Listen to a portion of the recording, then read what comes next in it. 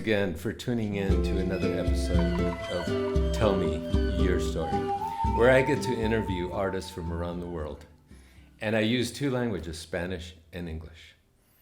What do we do in this channel? Well, we get to know them on a more personal level, and then we get to hear their artistry, their talents. And that's what I want you to know, that we're going to have many other artists. And today I'm very, very excited because I have a wonderful guitar player. His name is Stephen Kamada. Now, before I talk about him and do the interview, I just want to let you know, and thank you again for tuning in, I am back in California. I was in Puerto Vallarta, which is my other home, and I had the opportunity to shoot 3 different videos, 3 different artists. And that was in Puerto Vallarta, Groove House Studios. So now I'm here in my own home, California, in my studio, Mondragon Studios. So let's get ready to get to know Stephen. I'm gonna read a little bit about his bio. And here we go. Okay. Stephen Kamada started playing guitar at age 12, and by age 16 was performing and composing with musicians more than 3 times his age. A graduate of the Musicians Institute in Los Angeles, California, he is well versed both in writing and performing in a wide variety of styles, ranging from jazz and fusion to hard rock, folk, and pop. At 23, he worked with famed jazz bassist Dave Carpenter. In 2013, he joined reggae mega group Big Mountain. Active to this day, he remains in the employ of many bands and also writes both his own original jazz fusion music along with collaborations with his dear friend and colleague Michael Ray. Some of the artists Stephen has played for: New Vintage, Deborah Galan, Big Mountain, LTV, Elena Hollerman, The Funk Junkies, High Minded, and many more. Stephen Kamada, thank you for being here. Yeah, it's an honor, Diego. It's an honor for me to have you here in my show. You're actually the first one doing, with all the new setup, the first interview here in my studio. So thank you. Well, I'm honored to be the guinea pig too. Now, just to let the audience know, I did start with just one camera, and I said, no, this is not gonna work. It's not good enough. I think people want to see the expression on people's faces, etc. So we're using 3 cameras, and I think that it's going to be a lot better. Thank you again for being here. Are you ready to start? Oh yeah. Okay, so let's start from the beginning. Where were you born? What year were you born? I was born 1982 on September 7th at Mercy Hospital in San Diego. Oh, here in San Diego. Yeah. Okay. And tell me a little bit about your family. Well, I think with that I have to kind of start with my grandparents because that kind of set up everything. Okay. You know, on my dad's side, my grandmother, she came from a long line of Buddhist priests and college professors in Japan, and so that was definitely something that kind of loomed very large. And then on my grandfather's side, my dad's father, he was interned in the internment camps during World War II. Oh, man. Yeah. Northern California, right? Yeah, man. And well, actually not, it was actually Central California, it's Fresno. Oh, Central. But yeah, you know, so that kind of set up his side of things. And my mother, she grew up in the Bronx, and she had a very, very abusive, you know, childhood, which I won't go into detail. But basically, that's the things that brought my parents together. And then both Japanese? No, my mother's Irish and my dad's Japanese. And, okay. And they, you know, at the time they got together. I mean, they're still together today, by the way. But they got together when there was still a lot of racism against Japanese people. You know, people would say things to my dad like, you know, Jap, get out of San Diego, which, you know, terrible things like that. Yeah. But so that's the thing that kind of brought me into, you know, the world. And so growing up as a kid, a lot of that kind of colored my view of the world. Not like in a totally negative way. It just makes you realize, okay, there's a lot of complicating forces out there. Mm-hmm. I mean, I think as a kid, like, I grew up in Encinitas. We weren't rich. We weren't poor. We kind of were we were really right in the middle, like typical middle class. Yeah. But happened to have the great fortune of growing up by the beach. Nice. But the complicated factor was, I think, and this is what would eventually lead me to playing guitar. I was pretty much there wasn't a lot of Asian kids, back then. And so it was almost like people didn't know quite what to do with me back then. And I think the other complicating factor was the fact that, unbeknownst to me until I was 14 and a half, I was going to get diagnosed with being Asperger's syndrome. And What age were you? I was 14 and a half when I got diagnosed with it. At that point, I'd already started playing guitar. In fact, they actually used that to kind of help diagnose me, ironically. Really? Yeah. And this is during a time, I think, where there was not a lot known about that. And I think you could still say today there's still not a lot known. But at the same time, there's also a lot more known now than there was then. Back then it was pretty grim, Now, let me ask you something. I was a school psychologist, Right. so I know a little bit about Sure. Asperger's. And this was in the mid-90s? Yes, it was 97. That's when I got, 97. early 97. Now, were you an only child? Or Yes. Okay. Were you somewhat introverted? In ways, yes. In ways, no. Honestly, I think if you were to ask my mom, like, what things were like and why things turned out the way they did, she would probably tell you that, yes, I didn't quite always know how to interact with people, but I had a strong desire to get better at that. And that kind of drove a lot of my, refinement, self-improvement, in trying to be more mainstreamed, if you will. Okay. So I'm curious to know, was school a place where you felt uncomfortable, and home a place where you felt comfortable, or were you uncomfortable in different environments, such as the store or things like that? I could tell you this, like, home was generally pretty comfortable, although sometimes I think my parents, because they were very protective of me, sometimes they would take that a little too far. But, overall, home was very comfortable. School, I think it depends on when, like junior high and later part of elementary school and junior high, not so good. High school all the way through college was a totally different thing. Okay.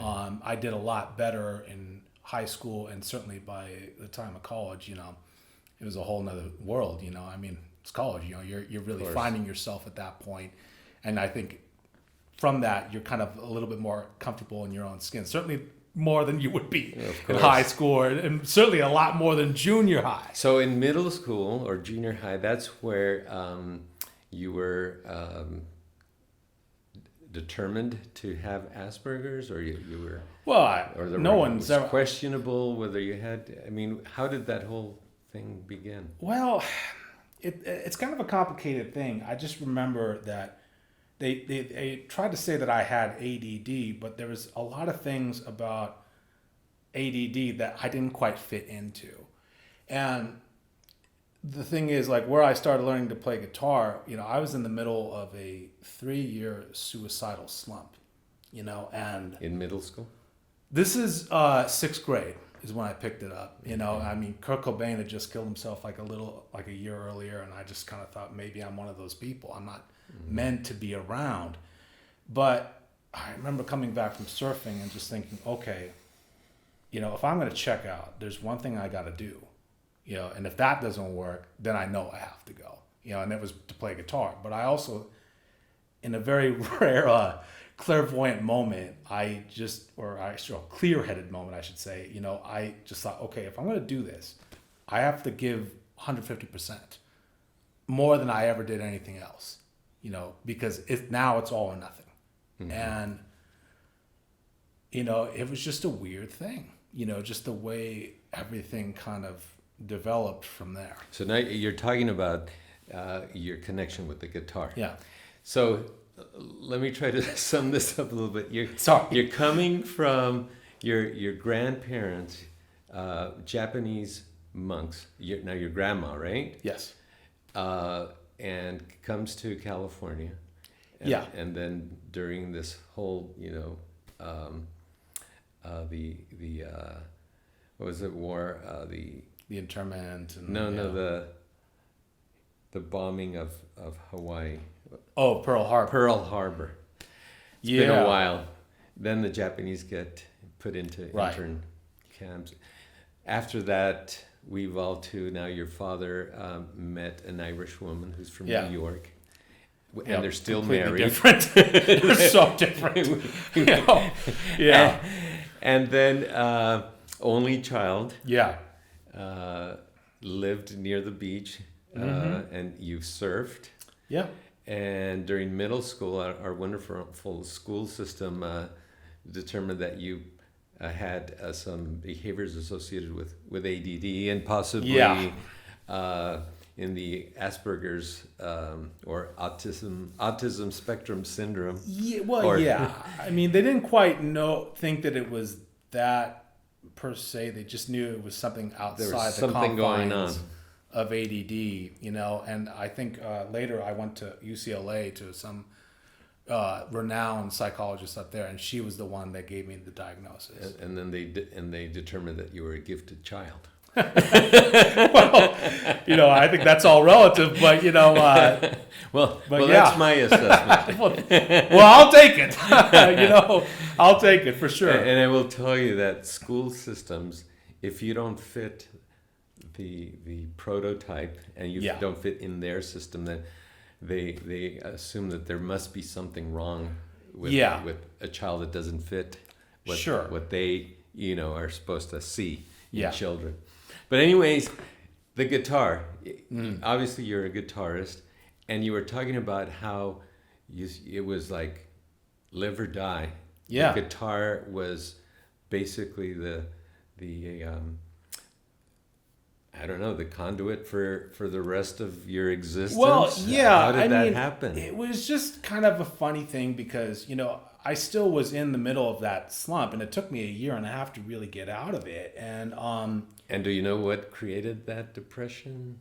Or I do. You don't have to talk about it if you don't want. Well, it's okay. I'm a pretty open person. I mean, it basically, I was getting picked on by some kids, typical thing because I'm, Asian.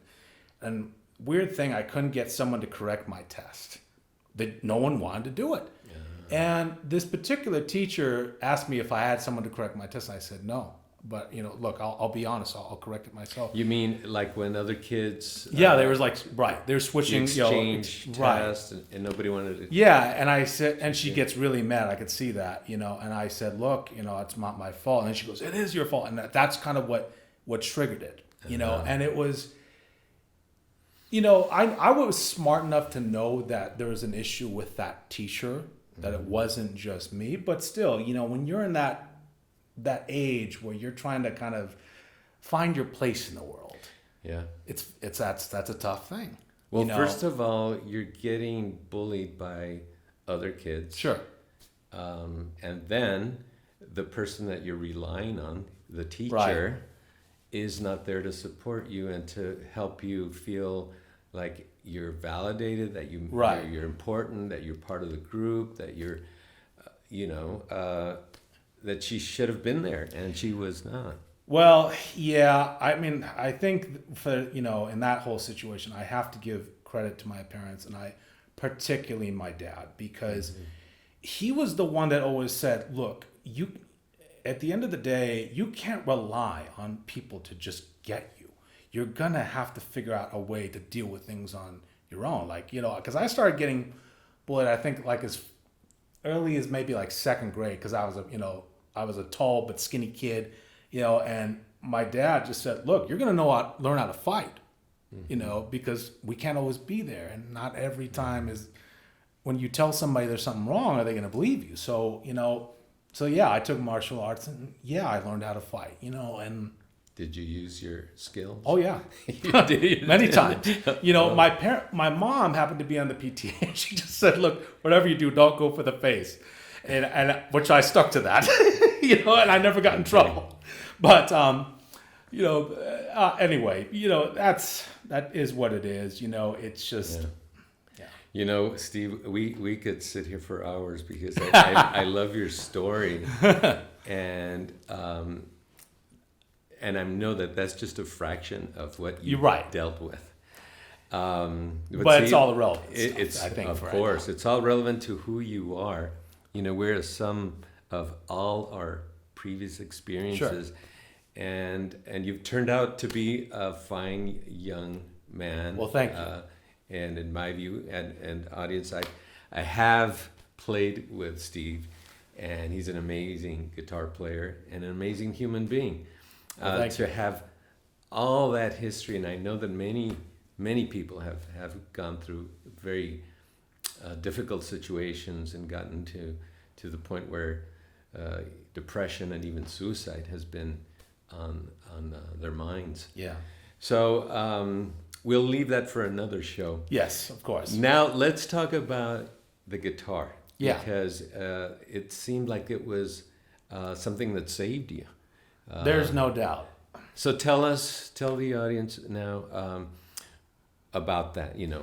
When did you start, and your let's say your formative years in the guitar? Sure. And give us some history. Yeah. Well, I was 12 and a half, and at the time, I used to do things like I'd get my homework done really quick, practice for 2 hours before dinner, and then practice for 2 hours after dinner. Basically when my parents said, "Okay, shut up, we're going to bed." But how did you find out about the guitar? Did grandparent, or you just saw it on videos? I was really at the time really into grunge music, and to this day I still have an affinity for it.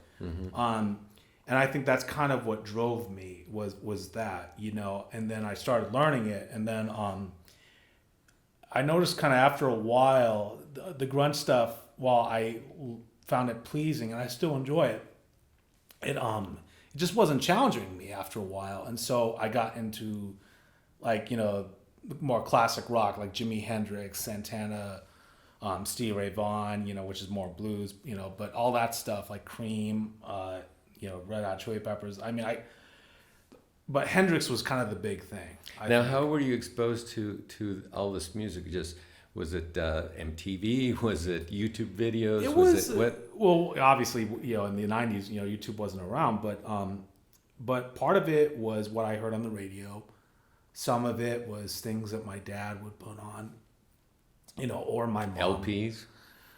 Sometimes, yeah. There'd be things like, Smokey Robinson, the Miracles. There'd be, the Beatles. And then my dad would put on things like some of blues stuff. And I remember hearing Afro Classic by Hubert Laws, which is really a formative album, I think, in jazz classical fusion. And that album to this day, I hear it and it grabs me right away. So your dad is also a music listener and a music lover, and he played music. Radio, a little bit radio, and then you had albums that you heard, or CDs, 8-track tapes. No, there definitely were no 8-tracks, but there was definitely CDs, there was definitely LPs, and tape cassettes. But it's just kind of funny because I went from the grunge thing into the classic rock, then into heavy metal for a few years, and then I think I started getting more curious about R&B and funk, in my late teens. And by that time, were you already playing? Did you have? Yeah, I was already a teacher. Or I was already gigging. My first teacher was at 12, and then I had a couple different ones, all leading up to I'd say age 20. And then, but by age 20, that's when I started really kind of, getting more into jazz and into fusion, because I think the thing that attracted me was just the enhanced harmonic vocabulary. That was the big thing, and it still is, honestly. You know, that's a huge part of it. And so, you know, I think by the time I went to college, you know, I knew what I wanted to do. And that was the Music Institute in LA? Yes. Guitar Institute? Yeah, well, it's actually the Musicians Institute, Musicians and then the Institute. department is GIT, Guitar Institute of Technology. And you graduate with a bachelor's? Actually, it was just what was an it? AA, but you know, but it was kind of taken on good faith that okay, in the industry, people don't care what actual title you have.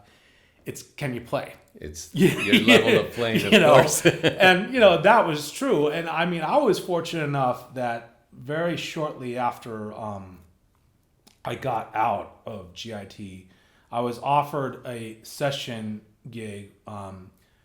That funny thing is, my predecessor actually happened to be Frank Gambale from Chick Corea's band. No way. Yeah, and I'm 23 at the time, and the first track that I did wound up being the one with Dave Carpenter on it, who was my favorite bass player from Alan Holsworth. Uh-huh. You know, because Alan's like my favorite guitar player, at least certainly one of them. And I remember going to that first session. I'm just this young kid, and Dave, the guy who was employing me, he goes, "Hey man, is anything you need? Anything I could get for you?" I said, "Well, I do have one request."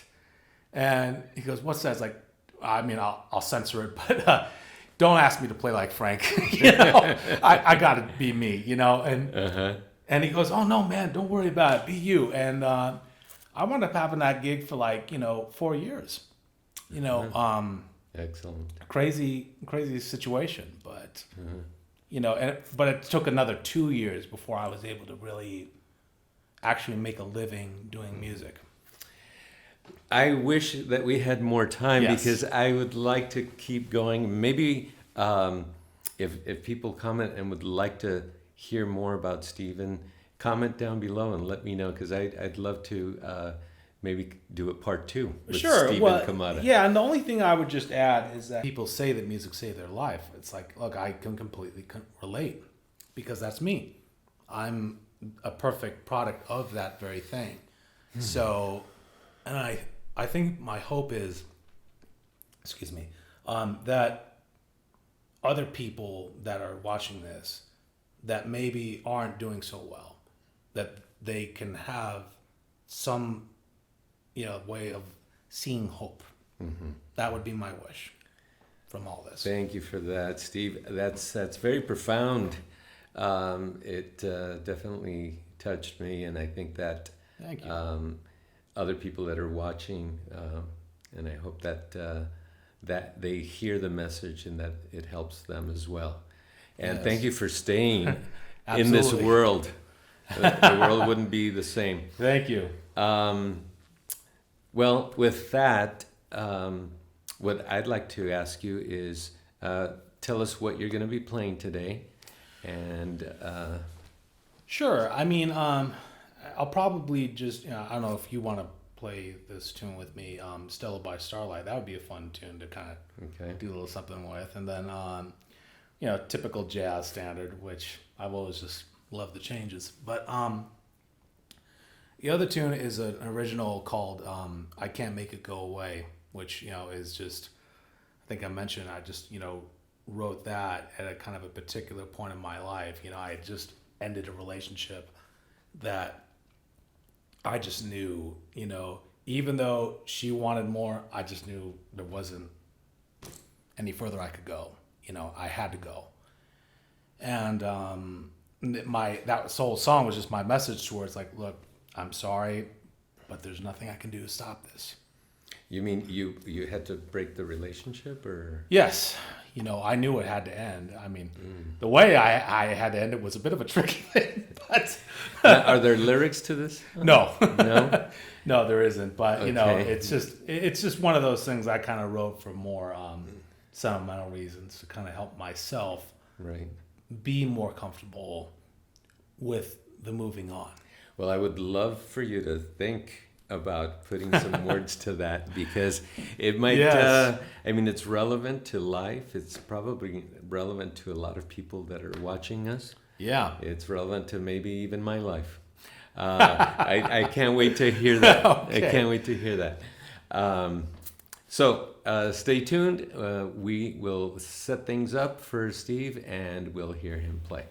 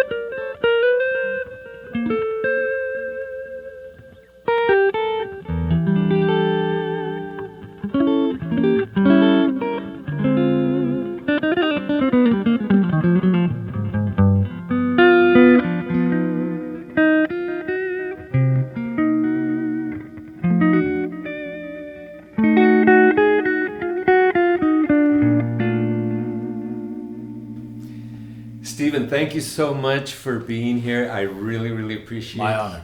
Learning about your life, talking about some really profound things, and sharing that with the audience. I really appreciate that, Steve. Thank you so much. Thank you, brother. Loved your songs, by Thank the you. way, your interpretation. You're an amazing guitarist. Folks, I mean, Steve is a full-time musician, and my whole purpose for this channel is to give people like Steve a spotlight. That's why he was asking me before, what's the impetus behind this show? And it's just about that. It's about giving artists like Steve, give them a platform where they can, show their level of artistry, share their life, so we can know a little bit more about them. Steve, can you look into the camera and just let people know where they can find you? Well, you can find me on Facebook, on Instagram, and out and about. Sounds great. Well, let's look into camera number 2. Okay. This is Steve Kamada. I'm Diego Mondragon. Thank you so much for being here in another episode of Tell Me Your Story. All right. Take care of yourself and each other.